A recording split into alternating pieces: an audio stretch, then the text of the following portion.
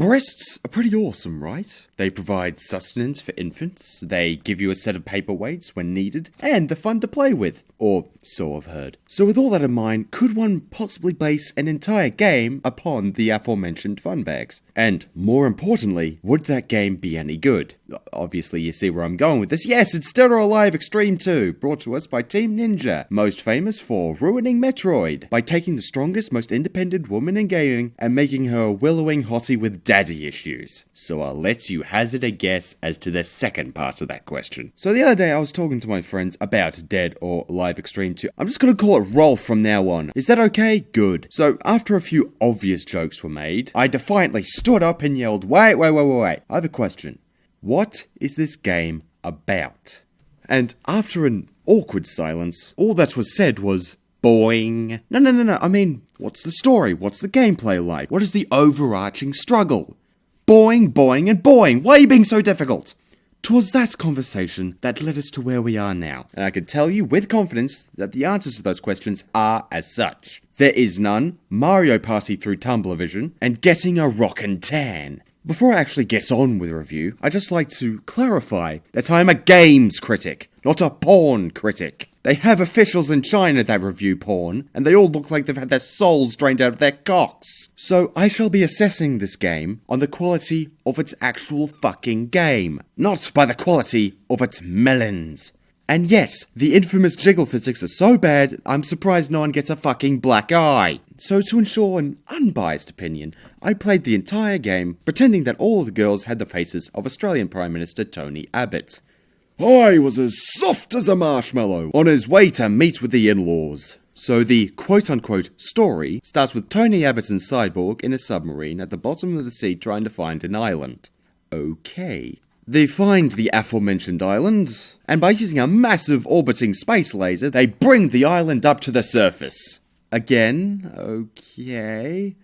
Anyhow, through this overcomplicated process, the tropical nation of New Zack Island is founded. But before they send in the asylum seekers, a group of strangely multicultural Tony Abbotts move in for a tropical holiday. So the first bit of gameplay is choosing which breed of Abbotts you wish to play as. You choose by comparing their pictures and bios, in the same way that you'd flip through a slave catalogue. The most noteworthy being the Japanese Abbotts, because their ages are listed as non-applicable. What kind of shit is that, Rolf? I'm already getting weird looks from my mum for buying this. I don't need to start getting the same from the police. Anyhow, I decided to go with the black Tony Abbott, because I thought it would be funny. And after a brief cutscene introducing me to my partner, and by cutscene, I mean watching Abbott make sexy poses on a beach while making a completely bland and uninterested face. So it was more like watching the commentary at a strip club. We got some more quote-unquote gameplay, where we get to go into a shop and buy some irrelevant shit. I could make a very misogynistic joke at this point, but I'm bigger than that, so I won't.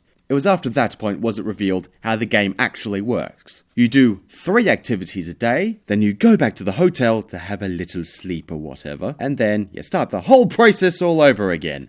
30 go to 10. So you strip away everything to the bare bones, and all that remains is a shitty series of minigames. And there is only one way to critique such a thing, and that is to dryly go through these minigames one by one. Ho fricking ray. Pool hopping! You race against your opponent by skipping across platforms on a pool by pressing the corresponding buttons to the corresponding platforms. However, button presses are taken more like vague suggestions, so it's literally impossible to not fuck up. Tug of war! It's exactly what it sounds like. You waggle the thumbstick to shift your weight around the rope. However, your waggling is completely arbitrary, and it's literally impossible not to fuck up. Butt battle! Surprisingly, not a colloquialism for lesbian coitus, but in fact, the 2 opponents sit on a single platform while they rub their asses against each other. I take it back, this is lesbian coitus. And just like lesbian coitus, it's very confusing, and it's literally impossible not to fuck up!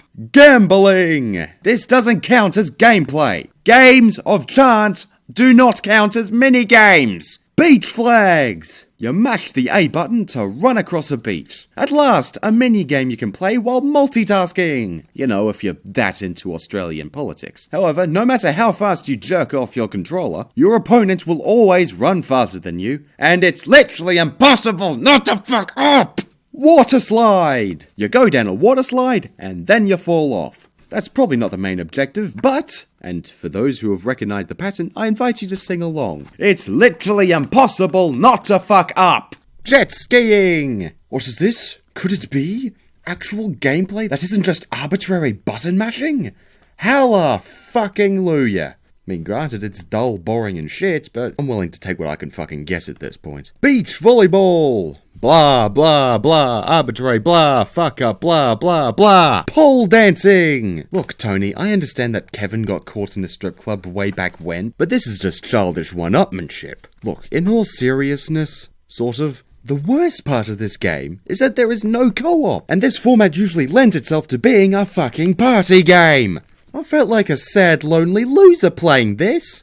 I mean, more than I usually do. And if I really wanted to start nitpicking, all of the abbots inside of Rolf, crikey, that's a mental image, all of the characters in this game are all about as bland as a butter sandwich. All interchangeable. All of them might as well have been a pair of tits with legs. Imagine if that was the real Tony Abbott. I'd imagine his popularity would go up real quick. I sincerely doubt it though. Look, there are many more things I could complain about, but why should I bother? We all know that Rolf is shit and should never have been made. I myself personally prefer to focus on the lessons that a game can teach us. And the lesson of today is thus.